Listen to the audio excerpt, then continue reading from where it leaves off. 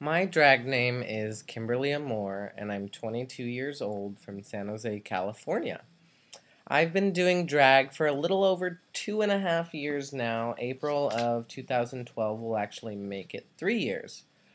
The first time that I did drag was at San Jose State University for their annual drag show.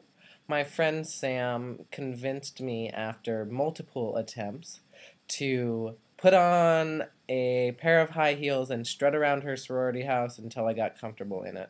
And then I performed Miley Cyrus, The Best of Both Worlds, where I ripped my wig off and I threw it back. Well, the wig coming off wasn't intentional, but the crowd loved it.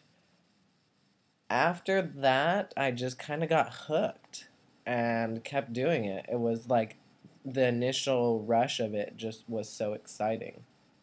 My favorite thing about drag, aside from that rush of being on stage and everyone staring at you, is the family that I meet and have met from doing drag.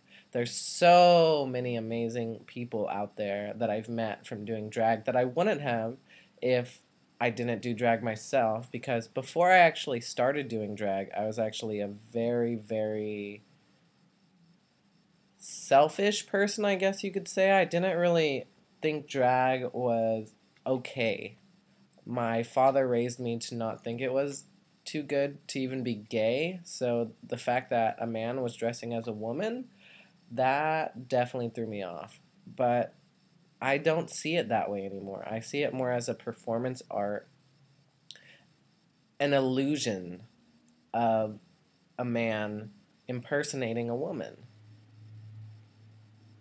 The my least favorite thing about drag, on the other hand, is the drama associated with it, because there's a lot of drama whenever it comes to competition. Whether you're a drag queen, whether you're in sports, there's just drama associated there.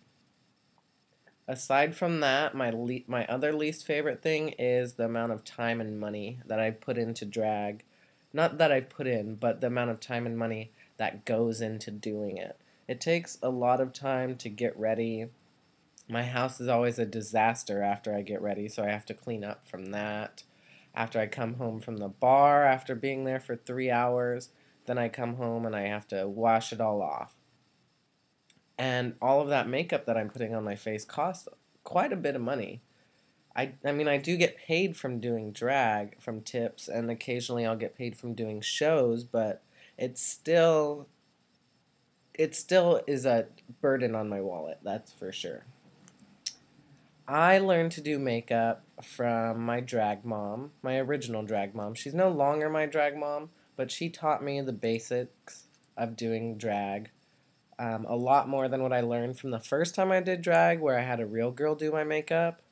But now I've learned a lot since then from YouTube videos, mainly bloggers like Petralude, Mischievous, and my favorite by far, Misty in Florida.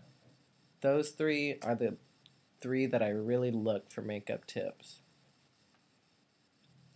My influences for doing drag, I wouldn't say are celebrities. No celebrities really influence me. Maybe Britney Spears because I love her. But aside from that, my influences are real women. I just like to study the contours of their face, the way that they walk in heels, the way that they carry themselves, present themselves. Everything helps me to do my intimidation. No, not intimidation. Whatever. It helps me to impersonate women. Outside of drag, however, my daily life, I'm a lot more like a boy. I dress, don't always dress really masculine, but I dress a lot more masculine than a lot of other drag queens do out of drag. Um, Mainly because I like to blend in whenever I'm not in drag. Whenever I'm in drag, I like to stand out. I like to be the sore thumb in the middle of the crowd. But whenever I'm out of drag, I don't so much. I like to blend in and get through my daily life without having any hassle. I do go to San Jose State University. I'm in my fifth year, and will be graduating in May. My major is going to be in advertising with a focus in graphic design.